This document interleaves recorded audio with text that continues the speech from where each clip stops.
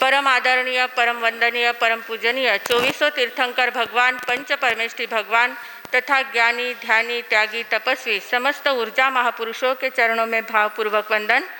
आराध्य गुरुदेव पूज्य श्री आचार्य भगवान तपसी जी महाराज साहब, अनंत उपकारी पूज्य श्री माता जी महाराज साहब आदि समस्त उपकारी चरणों में भावपूर्वक वंदन।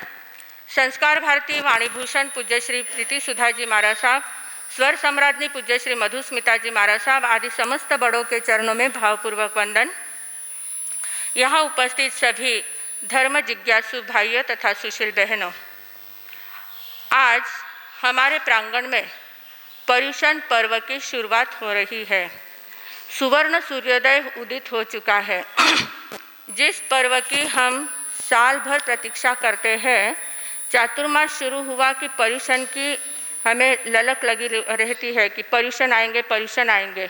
तो ये पर्युषण को इतना महत्व क्यों दिया गया है? पर्युषण पर्व में ये 8 दिन का पर्व जो हम मनाते हैं, उस 8 दिन के पर्व का महत्व क्या है और उसमें इतना धर्म ध्यान क्यों करना होता है? तो इन 8 दिनों को अष्टांगिक पर्व कहा जाता है।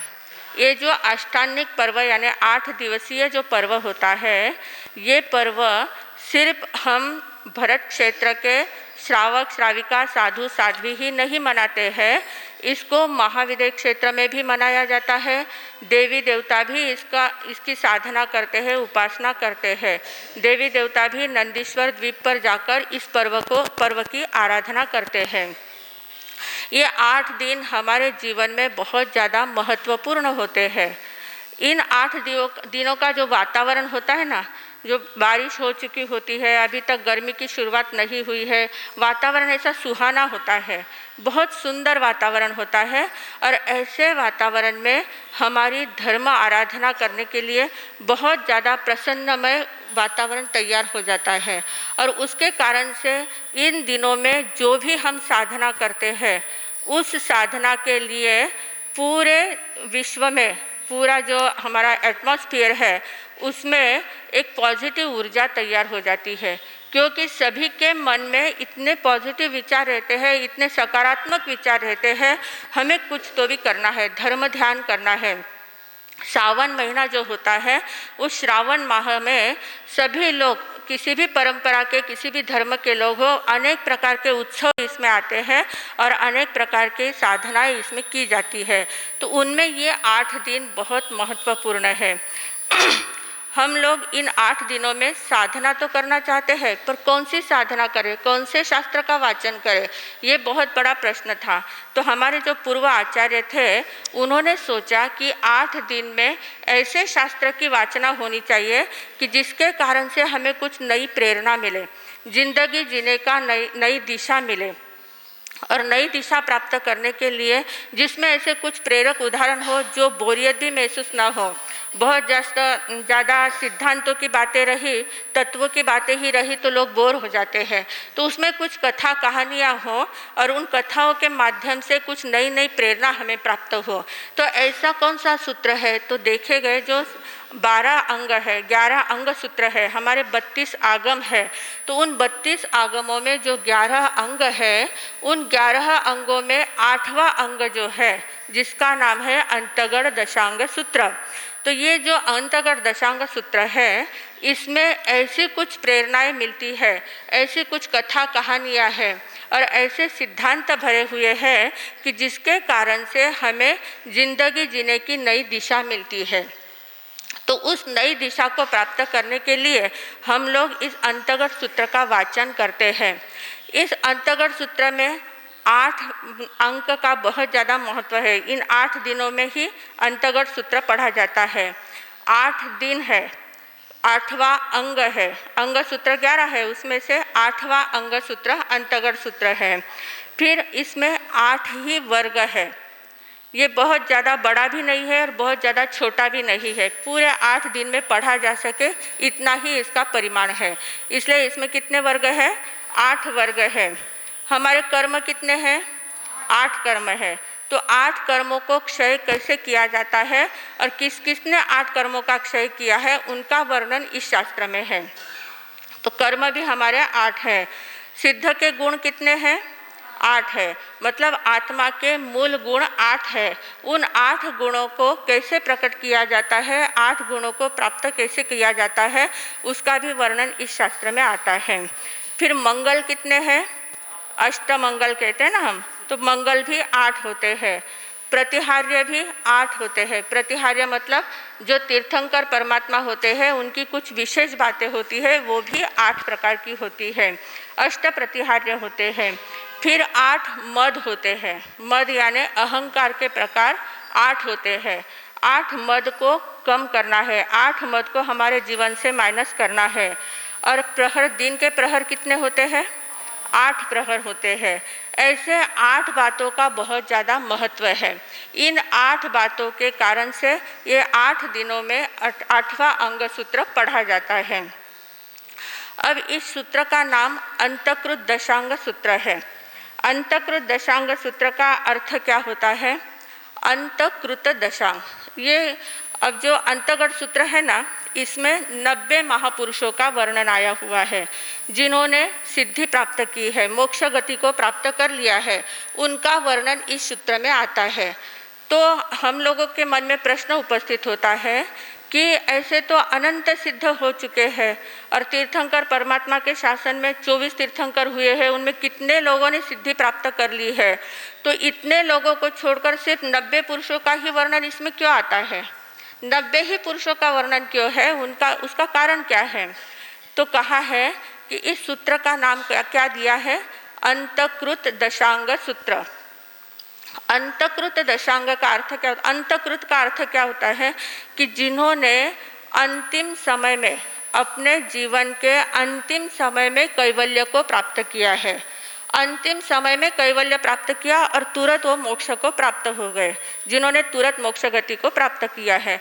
मतलब कैवल्य प्राप्त होने के बाद जिन्होंने ना किसी को उपदेश दिया है, ना किसी से कोई बात की है, ना किसी से कुछ कहा है, वो जैसे ही केवल ज्ञान प्राप्त हुआ, अंतिम समय में कैवल्य प्राप्त होकर मोक्ष प्राप्त किया है।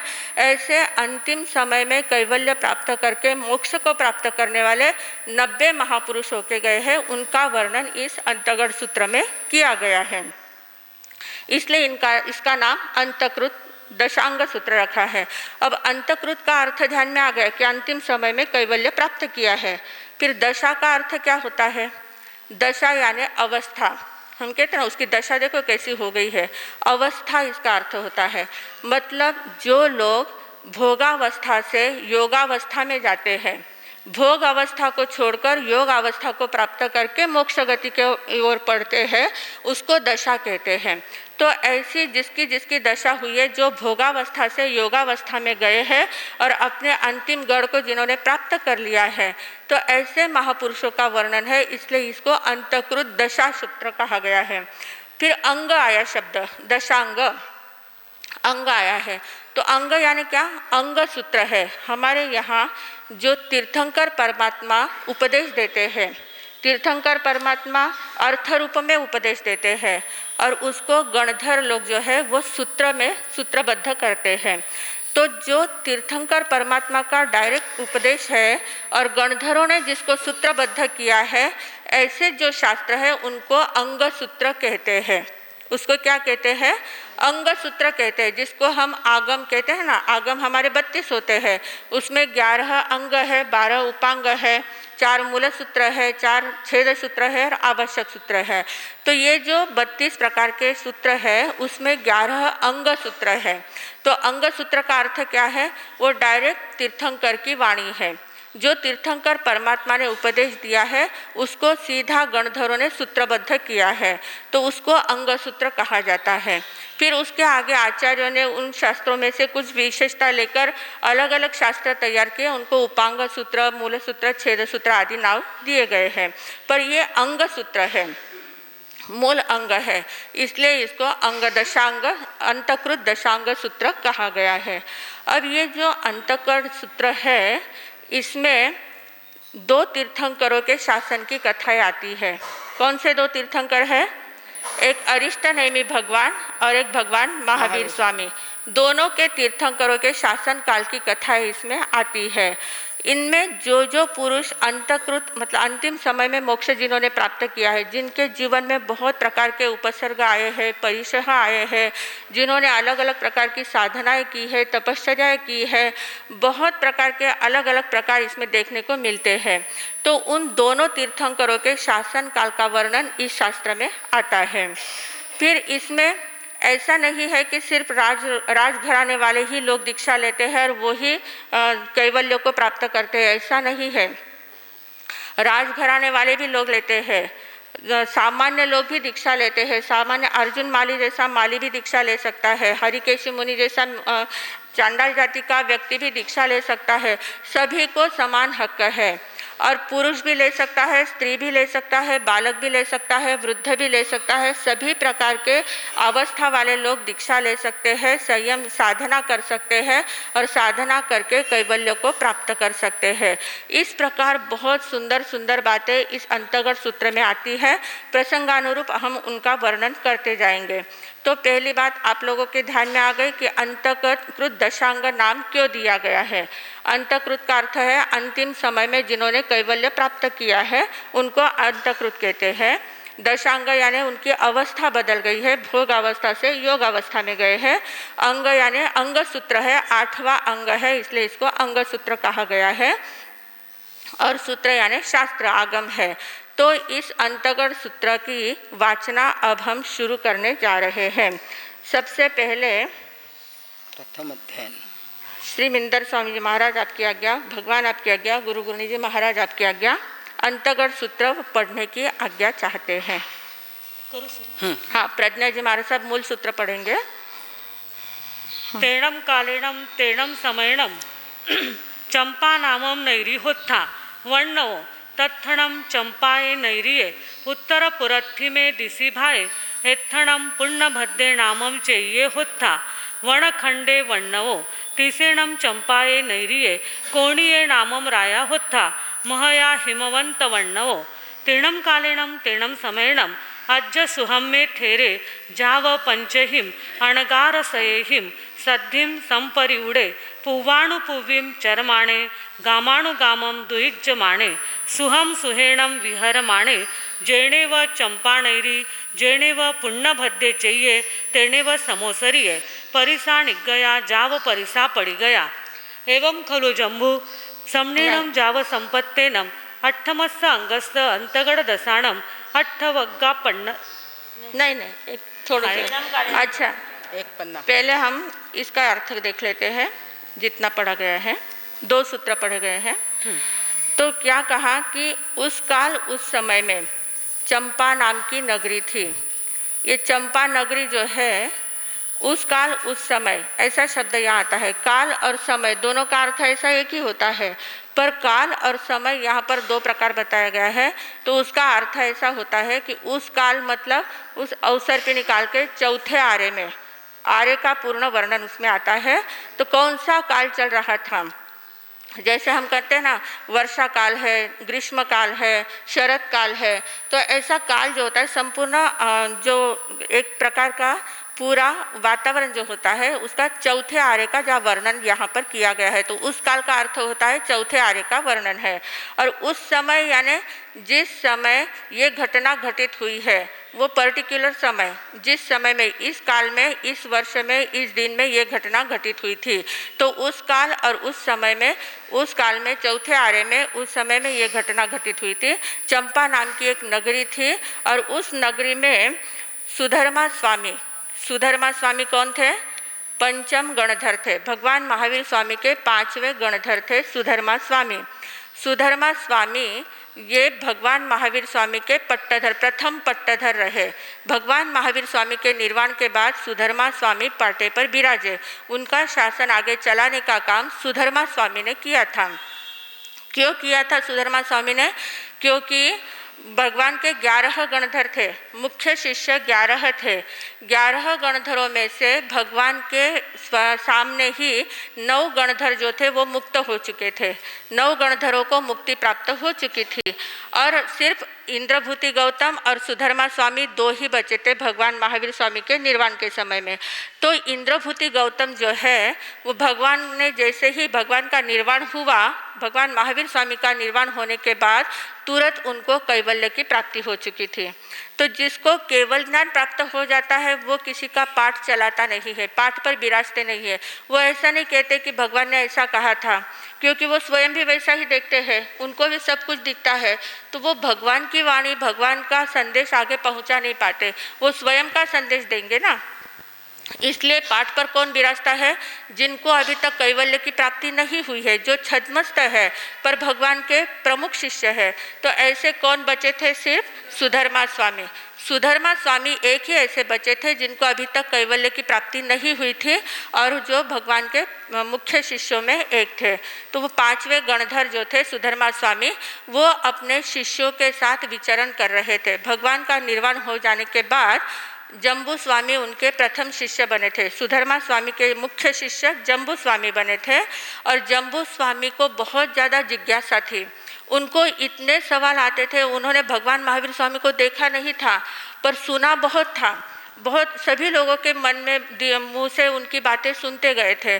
तो ये भगवान महावीर स्वामी कैसे थे, उन्होंने क्या क्या वचन कहे हैं, कैसे कैसे सिद्धांत बताए हैं, उनका रहना कैसा था, उनका चलना कैसा था, उनका बोलना कैसा था, ये सारे प्रश्न उनके मन में बहुत ज़्यादा थे। तो वो हर बात सुधर्मा स्वामी से पूछते थे, तो सुधर्मा स्वामी उनका समाधान करते थे। तो यहाँ पर कहा कि उस काल उस समय में चंपा नाम की नगरी थी और उसमें सुधर्मा स्वामी उस चंपा नगरी में उत्तर पुरी में ऋषि भाई पुष्प पूर्णभद्र नाम का उद्यान था। पूर्व और उत्तर दिशा के बीच में वहाँ पर उद्यान था पूर्णभद्र नाम का। और उस उद्यान में वह चंपा नगरी के राजा थे कोणिक राजा, जो श्रेणिक राजा के पुत्र थे, उनका वहाँ पर राज्य था और बहुत बड़ी नगरी थी, बहुत सुंदर नगरी थी। उस चंपा नगरी का वर्णन भी बहुत अच्छा आता है, कैसे चंपा नगरी का निर्माण हुआ उसका भी वर्णन है, पर अभी हमारा समय बहुत कम आगे बढ़ रहा है। तो उस चंपा नगरी में सुधर्मा स्वामी अपने 500 शिष्यों के साथ वहाँ पर पधारे और वहाँ पधारने के बाद वहाँ समोशरण हुआ, मतलब सभी लोग दर्शन के लिए आए, उनका व्याख्यान प्रवचन आदि सब हुआ और सभी लोग वापस अपने स्थान पर चले गए। और अपने स्थान पर लोग जाने के बाद जम्बू स्वामी ने सुधर्मा स्वामी से प्रश्न पूछा है। अब क्या प्रश्न पूछते हैं वो देखो। तेणम समयणम अज्ज सुहमस्त अज्ज जम्बू जाव पज्जुवासमाणे एवं वयासी जैनम भन्ते समनेणम भगवया महावीरेणम आई गरेणम जाव संपत्तेणम सत्तमस्स अंगस्स उवासक दसाणम अयमट्ठे पन्नत्ते अट्ठमस्सणम भन्ते अंगस्स अंतगड़ दसाणम समनेणम जाव संपत्तेणम के अट्ठे पन्नत्ते एवं खलु जम्बू समनेणम जाव संपत्तेणम अट्ठमस्स अंगस्स अंतगड़ दसाणम अट्ठवग्गा पन्नत्ता जैनम भन्ते समनेणम जाव संपत्तेणम अट्ठमस्स अंगस्स अंतगड़ दसाणम अट्ठवग्गा पन्नत्ता पढ़मस्सणम भन्ते वग्गस्स अंतगड़ दसाणम समनेणम जाव संपत्तेणम कई अध्ययना पन्नत्ता एवं खलु जम्बू समनेणम जाव संपत्तेणम अट्ठमस्स अंगस्स अंतगड़ दसाणम पढ़मस्स वग्गस्स दस अध्ययना पन्नत्ता तंजहा गोयम समुद्र सागर गंभीरे चेव होइति मेय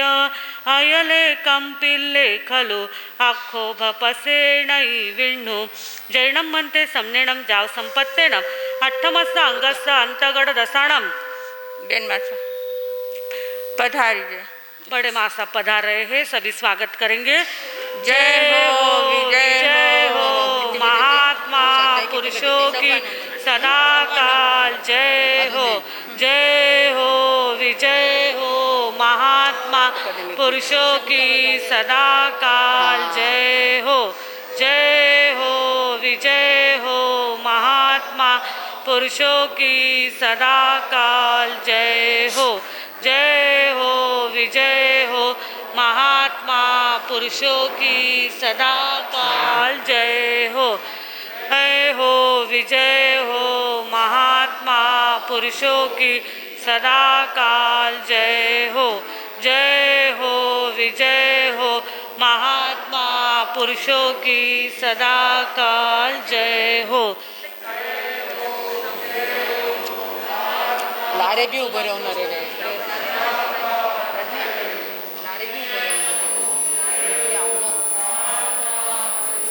ही सदा काल जय। बोलिए संस्कार भारती वाणी भूषण परम पूज्य बड़े महाराज साहब की, स्वर सम्राज्ञी पूज्य मधुस्मिता जी महाराज साहब की। देखिए आप सब खड़े हो ही चुके हैं, थोड़े थोड़े आगे सरक जाएं तो ज़्यादा अच्छा रहेगा।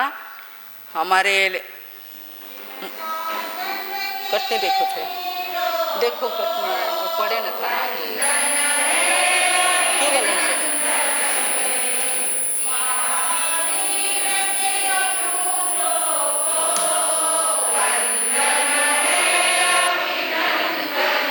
एकदम राहिले जाऊंगी कधी दिवसात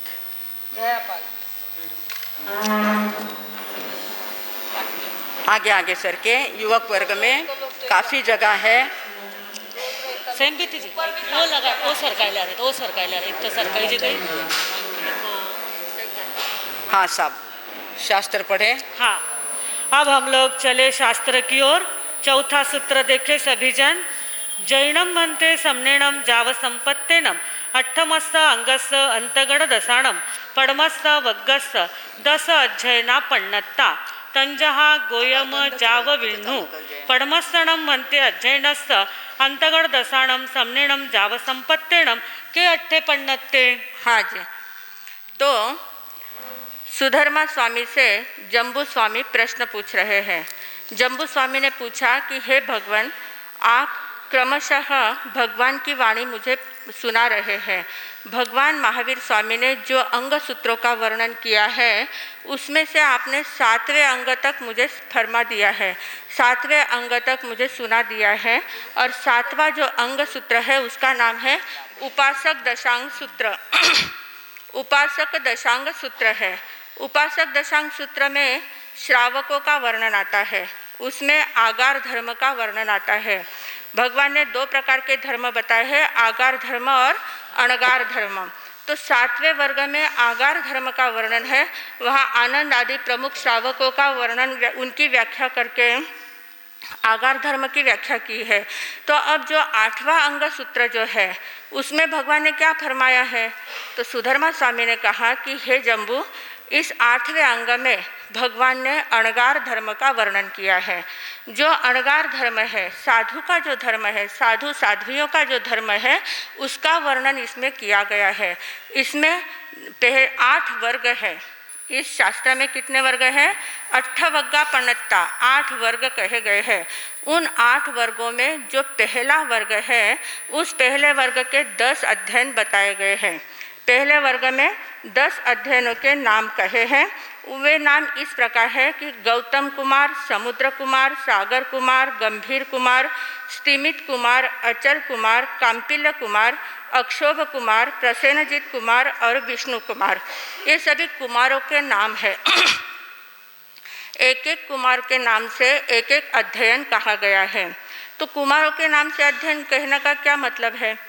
क्योंकि ये जो राजकुमार है, ये जो कुमारों का नाम है, वे सभी राजकुमार है, बहुत बड़े वैभव में रहने वाले राजकुमार है, बहुत ऐश्वर्यशाली है, वैभव संपन्न है। और उन्होंने भगवान की वाणी सुनी और वाणी सुनकर उनके अंतर में वैराग्य की प्राप्ति हो गई। अब हमें लगता है कि वाणी सुनी और तुरंत वैराग्य प्राप्त हो गया। हम तो कितने सालों से वाणी सुनते आ रहे हैं, हमारे अंदर तो कोई वैराग्य प्राप्त नहीं होता है। हम तो जहाँ है वहीं पर है। हर साल अंतगढ़ सूत्र सुनते हैं, हर वर्ष अंतगढ़ का वाचन करते हैं, पर हमारे मन में वैराग्य का अंकुर प्रस्फुटित नहीं हुआ। क्यों नहीं हुआ? क्योंकि हमारी भूमिका अभी तक तैयार नहीं हुई है।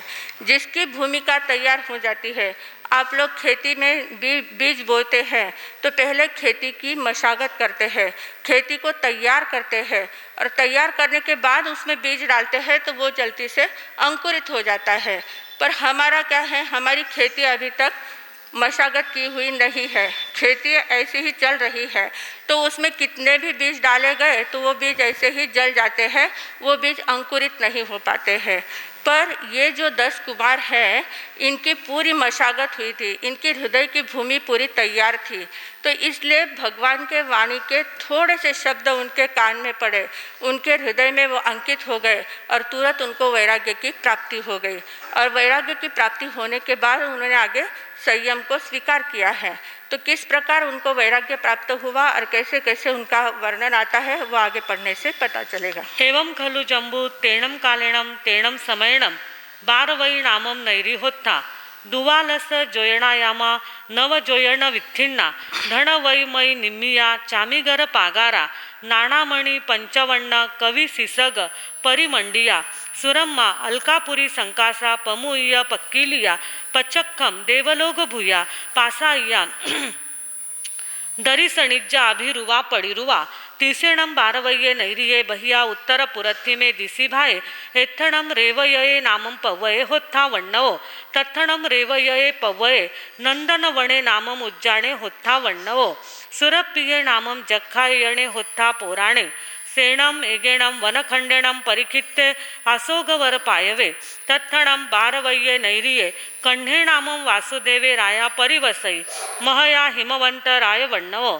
सेणम तथा समुद्र विजय पामोक्षाणम दसण्णम दसाराणम बलदेव पामोक्षाणम पंचण्णम महावीराणम पज्जुन्न पामोक्षाणम अद्दुत्थाणम कुमार कोडीनम संभ पामोक्षाणम सठ्ठिये दुद्दंत साहस्रिणम महासेन पामोक्षाणम छप्पन्नाय बलवग्ग साहस्रिणम वीरसेन पामोक्षाणम एकविसाय वीर साहस्रिणम उग्रसेन पामोक्षाणम सोलसण्णम राय साहस्रिणम रुक्मिणी पामोक्षाणम सोलसण्णम देवी साहस्रिणम अणंगसेना पामोक्षाणम अणेगाणम गणिया साहस्रिणम अन्यसिंचा बहुणम इसर जाव अणेगाणम गणिया साहस्रिणम अन्यसिंचा बहुणम इसर जाव सत्थ वाहाणम बारवये नैरिये अद्धभरहस्तय सम्मत्तस्तय आहे वच्चम जाव विहरई तत्थणम बारवये नैरिये अंधगवह्नि नामम राया परिवसई महया हिमवंत वण्णवो तत्सणम अंधगवह्निस्तरण्ण धारिणी नामम देवी होत्था वण्णवो तैणम सा धारिणी देवी अण्णया कयाईम तंसिम तारिसगंसी सैनिकजंसी एवं जहा महबले सुमीण दंसण कहना जम्मम बालत्तणम कलाओय जौवने पाणि गहणम कंता पासाय भोगाय नवरम गोयमो नामेनम अट्ठणम रायवर कण्णाणम एक दिवसेनम पाणिम गेन्नावेंती अट्ठट्ठवो दाओ। हाँ जी। तो इस प्रकार सुधर्मा स्वामी बता रहे हैं कि उस काल उस समय में बारवई नामम नगरी होता। बारवई यानी द्वारिका नाम की नगरी थी।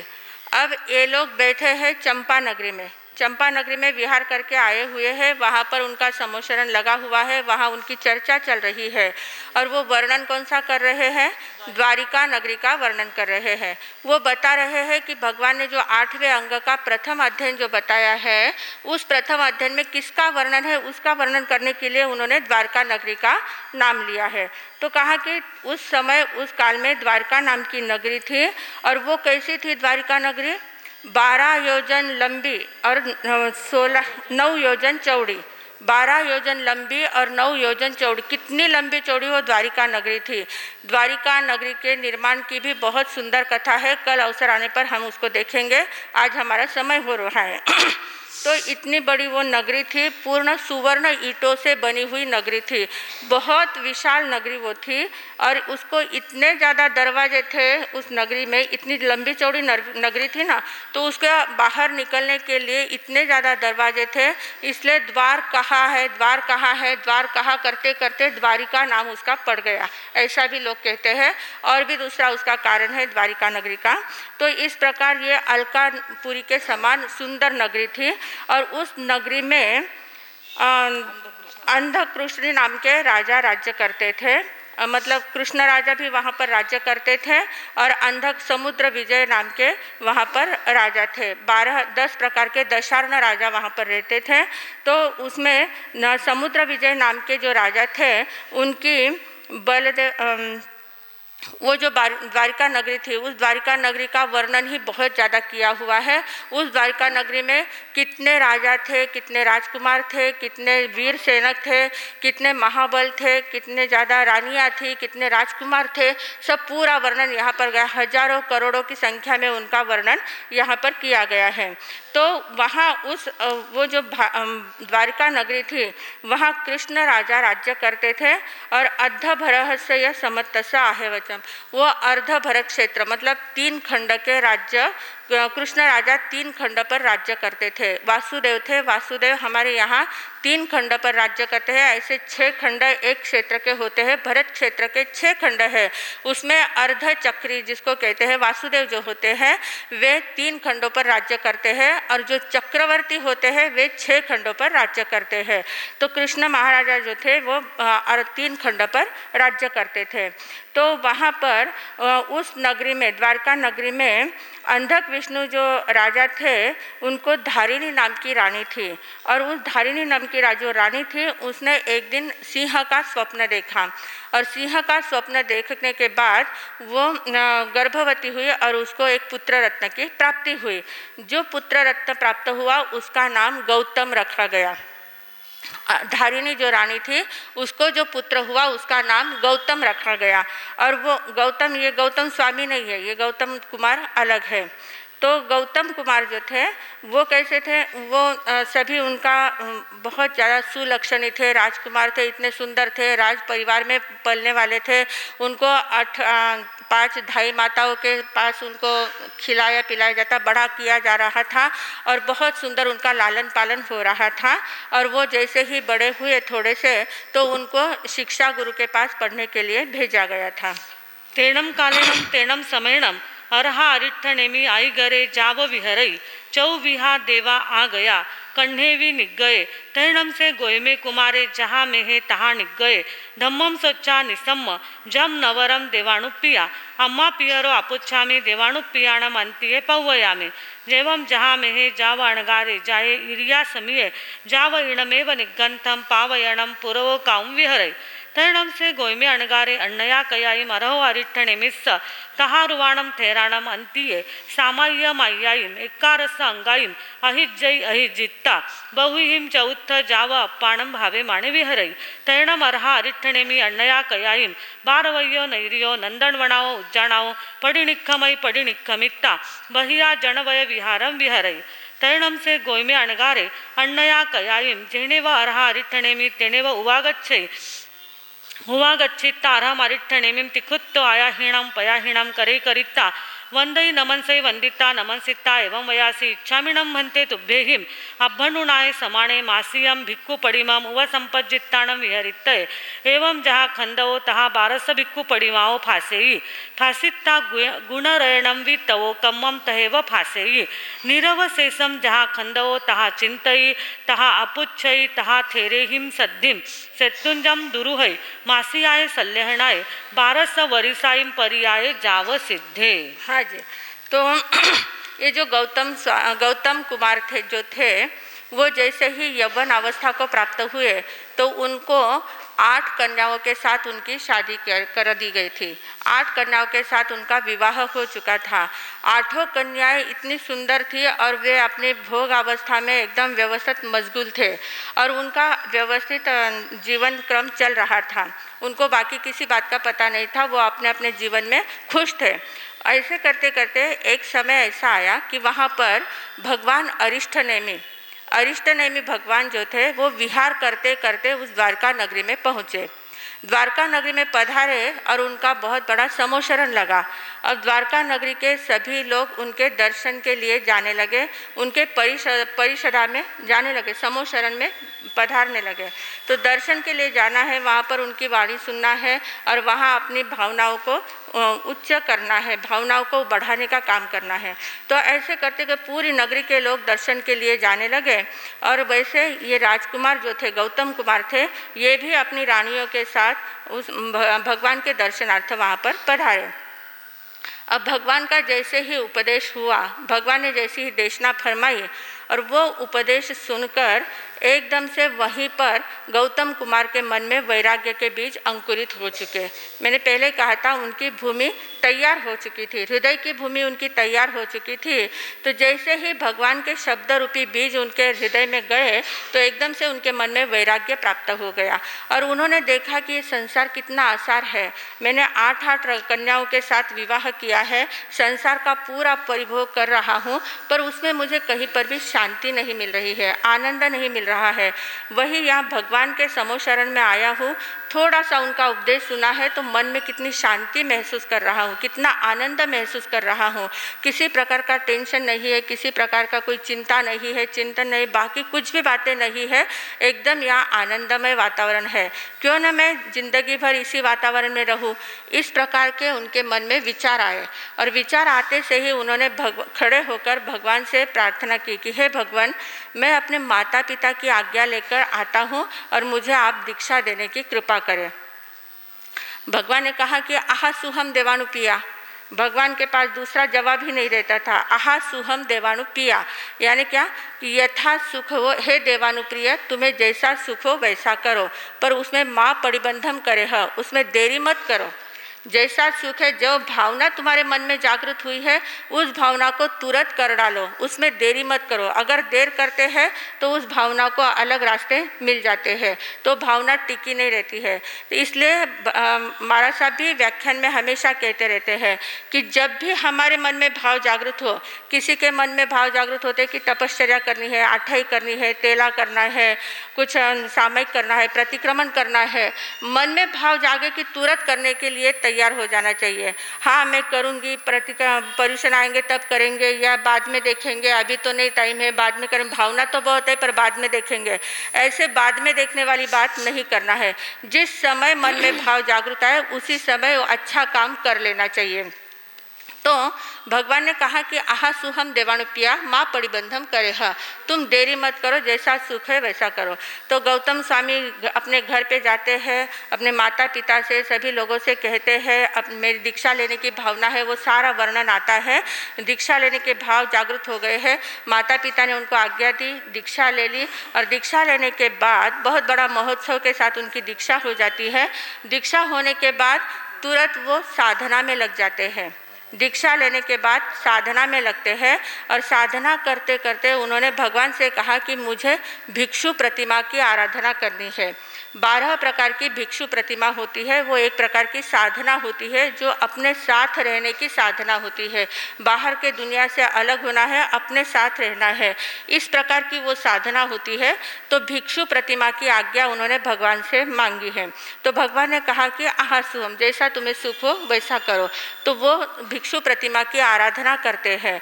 भिक्षु प्रतिमा की आराधना करते करते बीच में वो गुणरत्न संवत्सर तप भी कर लेते हैं। बहुत प्रकार की अलग अलग तपश्चर्याएँ करते हैं। गुणरत्न संवत्सर तप ऐसा होता है जो 16 महीने का तप होता है। गुणरत्न संवत्सर तप 16 महीने का होता है। पहले महीने में एकांतर तप करना होता है, एक दिन उपवास दूसरे दिन पारना, एक दिन उपवास दूसरे दिन पारना। दूसरे महीने में 2 उपवास 1 पारना, 2 उपवास 1 पारना। तीसरे महीने में 3 उपवास 1 पारना। चौथे महीने में 4 उपवास 1 पारना। ऐसे करते करते 13वें महीने में 13 उपवास 1 पारना।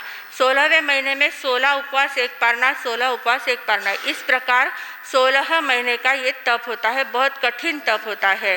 तो ये कंटिन्यू ये तप चालू उनका हो गया था।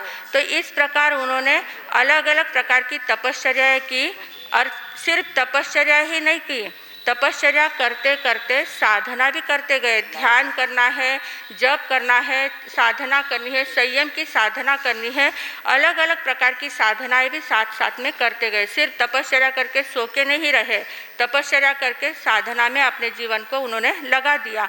और ऐसे करते करते 12 वर्ष तक उन्होंने साधना की। संयम की साधना उन्होंने 12 वर्ष तक की। और फिर जैसे उनका अंतिम समय नज़दीक आया, उनको ध्यान में आ गया कि अब मैं ज़्यादा दिन तक रहने वाला नहीं हूँ, मेरा समय निकट आ गया है। तो वापस भगवान के पास जाकर उन्होंने आज्ञा मांगी कि मुझे शत्रुंजय पर्वत पर जाकर संथारा संलेखना लेने की आज्ञा दीजिए। तो भगवान ने कहा कि आहा सुहम, भगवान को सब कुछ दिखता ही था, उनको पता ही था कि आगे क्या क्या होने वाला है, तो वो कहीं किसी को रोकते नहीं थे। तो उन्होंने कहा कि आहा सुहम देवानुप्रिया। तो वो गए, शत्रुंजय पर्वत पर गए और वहाँ पर उन्होंने संथारा व्रत स्वीकार कर लिया। संलेखना, अंतिम संलेखना उन्होंने स्वीकार की और संलेखना उनकी 1 महीने तक रही। 1 महीने तक संथारा भाव में, एकदम शांत भाव में रहे, आत्म साधना में लगे रहे। और जब अंतिम समय उनका आया 30वां दिन जो अंतिम संलेखना का अंतिम दिन आया, उस अंतिम समय में उनको कैवल्य की प्राप्ति हो गई और कैवल्य की प्राप्ति होकर तुरंत वो सिद्ध बुद्ध और मुक्त हो गए। बोले मोक्षगामी गौतम कुमार की। एवं खलु जम्बू सम्नेणम जाव संपत्तेनम अट्ठमस्स अंगस्स अंतगड़ दसाणम पढ़मस्स वग्गस्स पढ़मस्स अध्ययनस्स अयमट्ठे पन्नट्टे एवं जहाँ गोयमो तहा से सावी वह्नि पिया धारिणी माया समुद्रे सागरे गंभीरे थिमिये अयले कंपिल्ले अखोभे पसे नई विण्णु एक गमा पढ़मो वग्गो दस अध्ययना पन्नट्टा। हाँ जी, इस प्रकार जम्बू स्वामी ने सुना, गौतम कुमार का पूरा वर्णन सुना और वर्णन सुनने के बाद उन्होंने सुधर्मा स्वामी से कहा कि हे भगवान, गौतम कुमार का वर्णन तो बहुत रोचक था, बहुत सुंदर वर्णन आपने किया है और भगवान ने पहले अध्ययन में गौतम कुमार का इतना सुंदर वर्णन बताया है, तो कृपा करके आगे के जो 9 अध्ययन है उनमें किन किन का वर्णन आता है और क्या क्या उनकी कथाएं हैं वो भी सुनाने की कृपा करें। तो सुधर्मा स्वामी ने कहा कि हे जम्बू, जैसे गौतम कुमार का वर्णन है तो गौतम कुमार के ही सगे और 9 भाई थे, 10 भाई ये सगे भाई थे। जो 10 नाम हमने देखे थे ना, गौतम कुमार, समुद्र कुमार, सागर कुमार, गंभीर कुमार, स्त्रीमित कुमार आदि जो 10 नाम थे, तो ये 10 सगे भाई थे। अंधक वृष्णि उनके पिता थे और धारिणी उनकी माता थी। जिस प्रकार गौतम कुमार ने भगवान की वाणी सुनी और वाणी सुनकर उनको वैराग्य हुआ, उन्होंने दीक्षा ली, साधना की, तप किया और मोक्ष को प्राप्त किया, तो ठीक उसी प्रकार सभी भाइयों ने किया है। सभी 9 भाइयों का भी वर्णन इसी प्रकार आता है। उनकी भी 12 वर्ष तक तप संयम की साधना रही। उन्होंने भी भिक्षु प्रतिमा की आराधना की, गुणरत्न संवत्सर तप किया और अंतिम समय में 1-1 महीने का संथारा लिया और संथारा लेने के बाद अंतिम समय में सभी को कैवल्य की प्राप्ति हुई और कैवल्य की प्राप्ति होते से ही सभी को मुक्ति प्राप्त हो गई।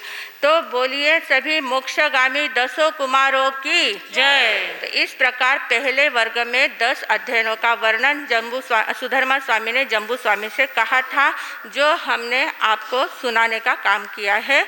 इसमें अगर कुछ अभिनय आशत ना हुई हो तो क्षमा चाहते हैं।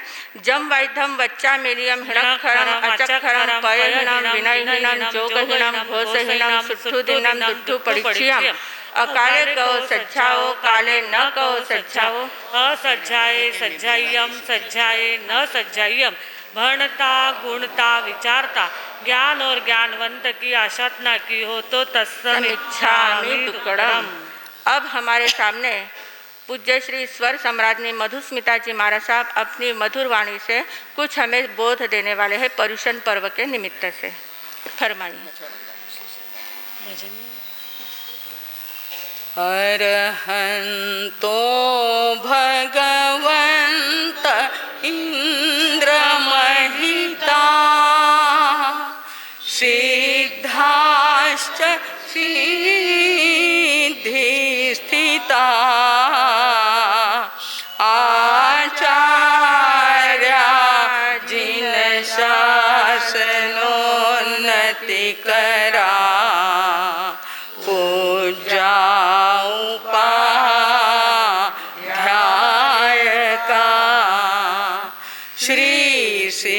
सिद्धांत सुपाठका मुनिवरा रत्नत्रया राधका पंचैते परमेष्टिनं प्रतिदिनं कुर्वन्तु नो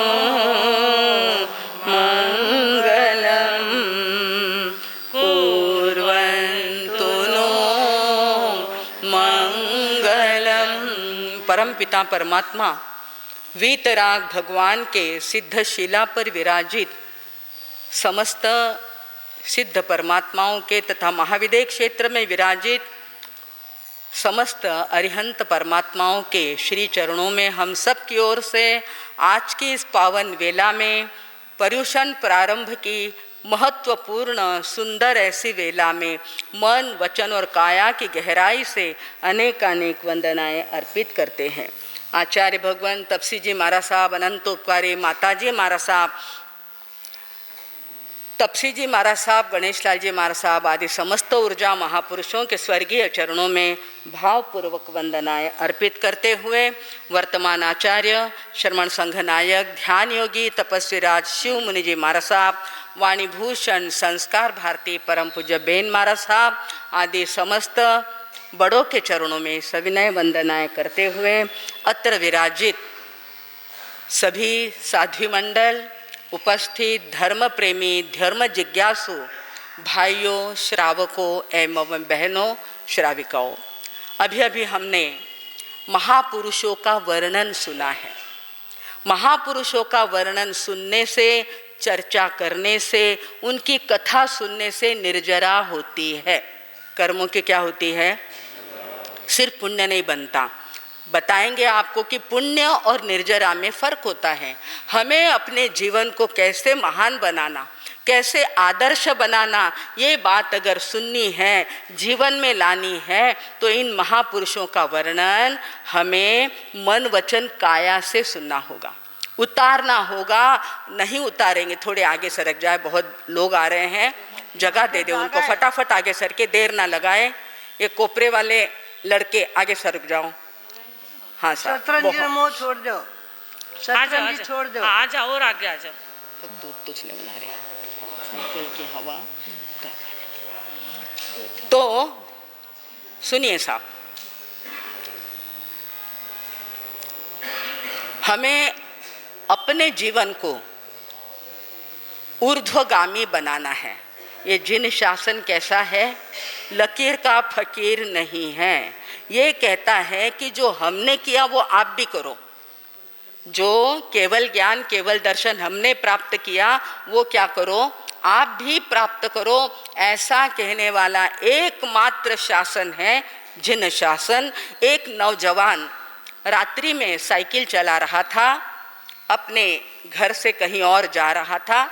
बात ऐसी थी कि उसके रात का समय होने से भी उसके साइकिल में लाइट नहीं था।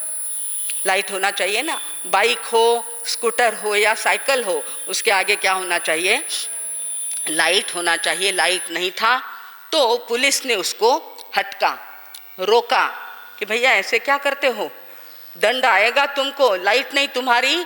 जैसे आज को हेलमेट का होता है, बाकी सारी बातों का नियम बंधन होता है। उस लड़के को भी कहा कि भैया तुम्हारे में लाइट नहीं लगी साइकिल के अंदर।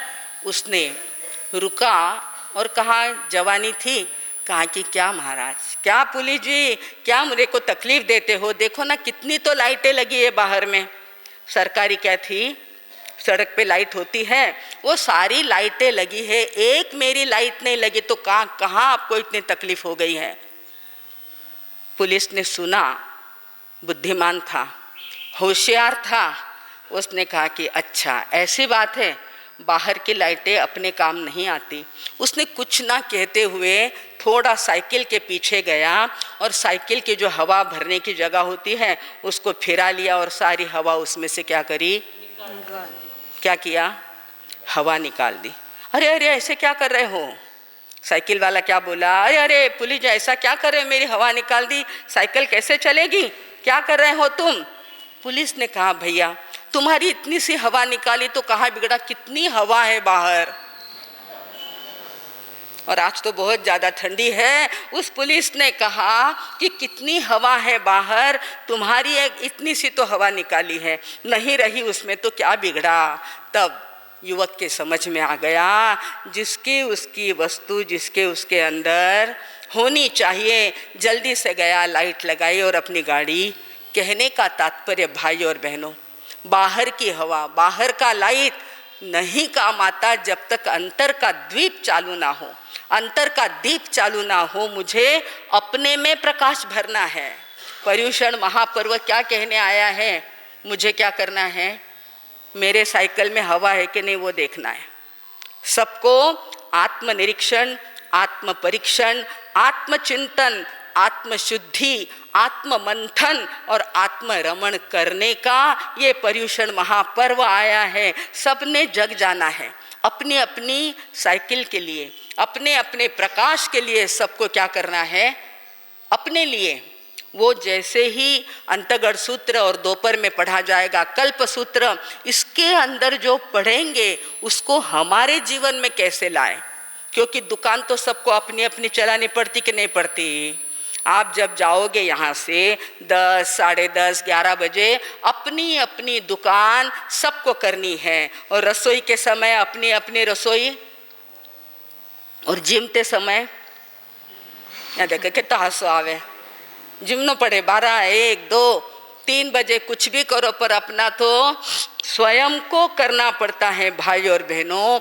इस प्रकार इस महापर्व पर्युषण के अंदर स्वयं का आत्मचिंतन करना है, आत्म परीक्षण करना। मैं कहाँ हूँ और कहाँ है मुझे देखने की जरूरत, वो उसका देखता है। मुझे मेरी दुकान चलाना है, मेरी गाड़ी चलाना है, मेरा जीवन बनाना है, ऐसे भाव अगर आते हैं ना भाइयों और बहनों, तो ये सुनने से हमारे कर्मों की क्या होती है, करनी कि नहीं करनी, अपने को सबको करनी है। क्योंकि कर्म लाए हैं हमने पूर्व जन्म के, इस जन्म के, संसार का पाप कार्य करते समय हमने भी क्या किया है, उसके ऊपर कर्म लगाए हैं, कर्म लगे हैं, वो सामने में नजर आते हैं। उन कर्मों को हमें क्या करना है, निकालना पड़ेगा। और जिसका काम उसको करना पड़ता है।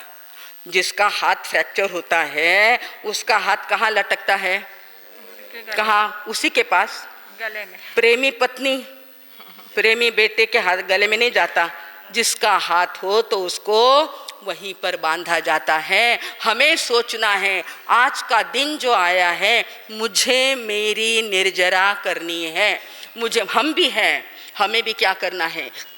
आप लोगों को सुनाएंगे परंतु ग्रहण किसको करना है, कहते कहते जम्बू स्वामी ने सुधर्मा स्वामी से पूछा है, कितने पुण्यवान, सोचिए आप लोग, 8 रानियों के राजकुमार पति थे और जाकर के क्या किया, वाणी सुन करके अपने जीवन में उतार ली। भाई और बहनों, ये उतारने का समय है, क्योंकि निर्जरा शब्द सिर्फ जिन शासन में है। निर्जरा करने का मार्ग भी आपके पास है। पुण्य बढ़ाओ परंतु उसके साथ साथ क्या करो।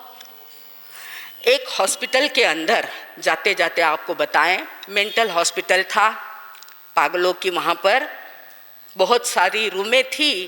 तो एक डेलीगेशन, एक ताफा वहाँ पर निरीक्षण करने के लिए गया।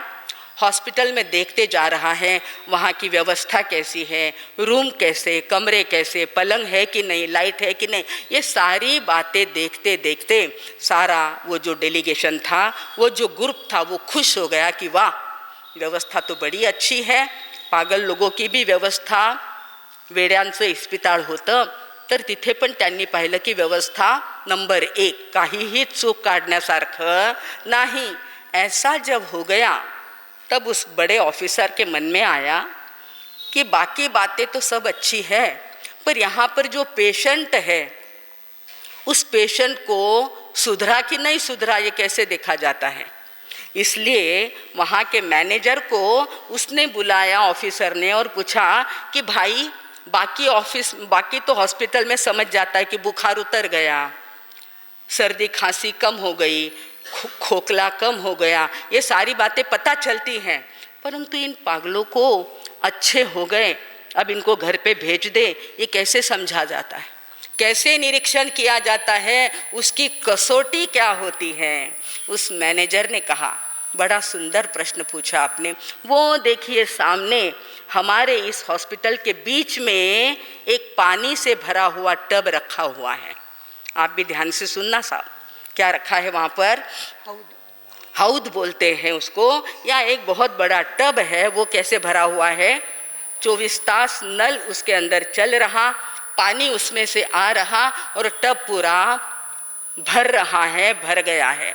अब हमको जब समझ में आता है कि अमुक पेशेंट को लाना है, उसको सुधरा है कि नहीं सुधरा है देखना है, तो हम क्या करते हैं, उसको बुला लेते हैं उस चौगान के अंदर और वहाँ पर खड़ा कर देते हैं।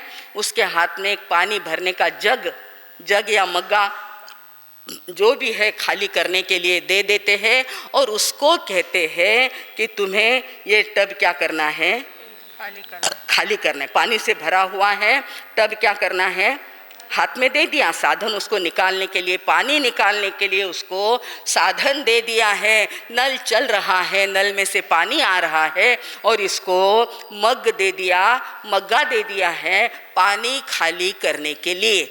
अब अगर वो सुधर गया है तो सबसे पहला काम कौन सा करेगा? क्या बात है, पिंपल गांव के तो सब लोग एरोडा जानी जैसे बहुत होशियार है, बहुत प्रबुद्ध वर्ग यहाँ पर विद्यमान है। ऐसे प्रबुद्ध है कि पूछो मत।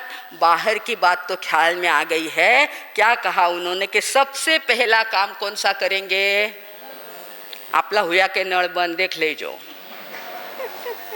कर्माश्रव, जो कर्म आ रहे हैं, आश्रव हो रहा है, वो बंद हुआ कि नहीं, ऐसा हम सोचे देखे और इस 8 दिनों के अंदर अवश्य उस पर चिंतन करें। हम उस लड़के को कह देते हैं, जो व्यक्ति लगता है कि अच्छा हो गया, अगर वो अच्छा हो गया है तो सबसे पहला काम क्या करेगा?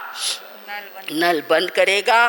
फिर उस नल के बंद करने के बाद फिर वो पानी निकालेगा तो उसमें से पानी क्या हो जाएगा? खाली हो जाएगा। ऐसे भाई और बहनों, हमारे भगवान ने हमको भी दिया है और हम लोगों के पास, प्रत्येक व्यक्ति के पास एक टब भरा हुआ है, कर्मों का टब भर के लाया। अगर नहीं लाते ना भर के तो अभी से ही जम्बू स्वामी बन जाते, सुधर्मा स्वामी बन जाते, और उनकी पत्नियां जो दीक्षा ले लेती, अभी महासती जी ने फरमाया कि उनको अंकुरित हो जाता ज्ञान का मार्ग, परंतु अभी तक उदय में आया नहीं है, सुनने में आ रहा, श्रवण कर रहे हैं, आचरण में लाने की बात अभी बाकी है। ये तो सिर्फ झांकी है, ये तो सिर्फ क्या है? झांकी है भाई और बहनों। आचरण में लाना बाकी है, परंतु लाया जा सकता है। सोच लो, अगर दिल में ठान लेते हैं, वहाँ बैठ कर के भी, घर में रह कर के भी हम क्या कर सकते हैं? कर्मों की निर्जरा कर सकते हैं। इसलिए आज का ये पवित्र दिन हमको क्या करने के लिए, जगाने के लिए आया। बहुत बड़ी घंटी बजाई है और बहुत बड़ा उन्होंने नारा दिया है कि उठो, जागो और अपने आप की आत्मा को क्या करो? परमात्मा बनाओ। भाई और बहनों, मार्ग बड़ा सरल है, कठिन बिल्कुल भी नहीं है। लगता है आपको कठिन, अरे बाप रे, पोसो करनो, वास करनो, सामायिक करनी, थानक में जाओ, कई लोगों को कठिन लगता है, परंतु कठिन बिल्कुल भी नहीं है, बहुत सरल है। प्रभु का मार्ग, जिनेश्वर का मार्ग इतना सरल है कि देखते देखते हम कौन बन सकते हैं? आत्मा से परमात्मा बन सकते हैं। और ऐसी भावना अगर अपन मन में लाए ना भाई और बहनों, तो निश्चित रूप से ये जो सूत्र सुनने का समय आया है, शास्त्र सुनने का समय आया है, ये महापुरुषों का वर्णन करके उनको वंदना करने का जो समय आया है, तो वंदन नमस्कार करके हम भी क्या बन जाए? परमात्मा बन सकते हैं। परमात्मा बनने का समय आ चुका है, क्योंकि अब हमें झूठी थाली में खाना नहीं खाना है। कल अगर आपने खाना खाया था, भोजन किया था किसी थाली के अंदर, उस थाली को वैसा कि वैसा रख के वापस भोजन किया जाता क्या? नहीं मार सामान। पिंपल गाँव में तो बिल्कुल नहीं, अरे कहीं पर भी नहीं। घस कर के थाली तो साफ करेंगे और उसके बाद ही उसके अंदर क्या करेंगे? भोजन। कपड़े भी पुराने हो गए, 4 दिन 8 दिन 10 दिन हो गए हैं, और कपड़े में क्या आने लग जाती है? वे कपड़े चलते क्या आपके यहाँ? तो आप रोज के रोज कपड़े धोने के बाद फिर आप क्या करेंगे? उसको पहनेंगे।